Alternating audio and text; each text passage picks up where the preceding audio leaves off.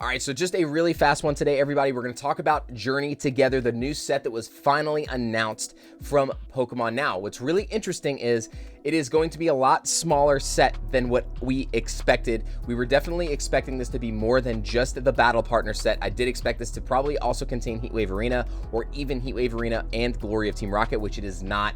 So we can finally figure out that Battle Partners is the only set included in that. We'll talk about more of that a little bit later on down below when we talk about the release schedule coming up for the rest of the year. But this is pretty big. We're going to be releasing on March 28th. Pre-releases start on March 15th for this event, so you guys could go get a little early look a couple weeks prior to the event. But we are getting those collection files as well. So now my guess is the stuff that's in the collection file is going to be in the Japanese set, and then also in Japan we're getting the decks, the starter decks, and I think those are going to be in starter decks in Japan but then be in our regular set in English. So I think it's going to kind of be like a little swap when it comes to the release schedule for those. If you guys have seen any more information on that particular situation, let me know, because I'm definitely curious to see what the collection files and stuff like that are going to be like. But once we get past all that, we're going to obviously see, we saw this at the end of the Worlds tournament over the summer, the Andreshurama, when they announced the owner's Pokemon returning. So definitely cool to see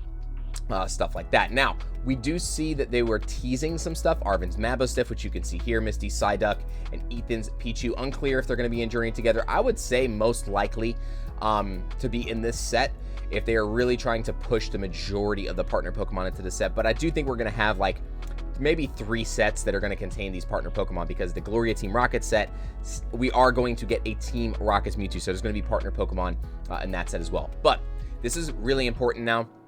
Let's talk about the rest of 2025, or not the rest of 2025, but at least what we know through like August, probably what's going to be happening here. So Terastal Festival just released here at the end of the year, released this week. So much fun to open. It's going to be our Prismatic Evolution set in January. So that's going to be a huge release at the start of the year. Now, I do think this is very important because we're coming off of a crazy release.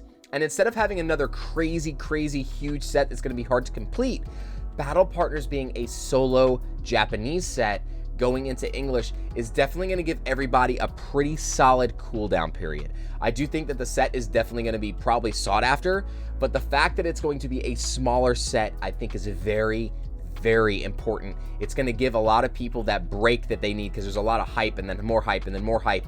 And I think that a set that is just a single set Japanese to English, I do think this is going to give everybody a very good, much needed kind of rest, especially your wallets. I know that everybody's been saying there's just so many things coming out at once and just so much to do, and it's so hard to get a hold of some of this product. I do think you're going to see a slowdown a little bit for Battle Partners. I don't think it's going to be as crazy in demand as Surging Sparks was or Prismatic Evolution. So I think that is going to be very healthy to see what happens with the actual like dynamic of everything going on in Pokemon right now. That might help flush some of the people out of the hobby that don't necessarily need to be here, that are causing issues and causing drama and things like that, because they're not going to be able to go out and get this product and make 2 extra money and 3 extra money. It's just not going to be that. The set's going to be small, so they're not going to be able to do stuff like that with these cards in this set. So I think that is a very good takeaway from today's announcement.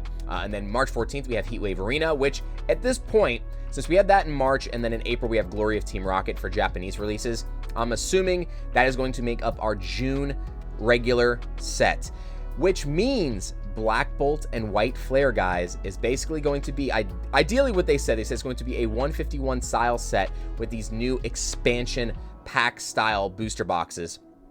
So basically what we're going to get in Japan, I'm assuming we're going to get a black and a white or a Reshiram and Zekrom style set, similar to what Snow Hazard and Clayburst were, or some of the other dual sets that we had, Scarlet and Violet base.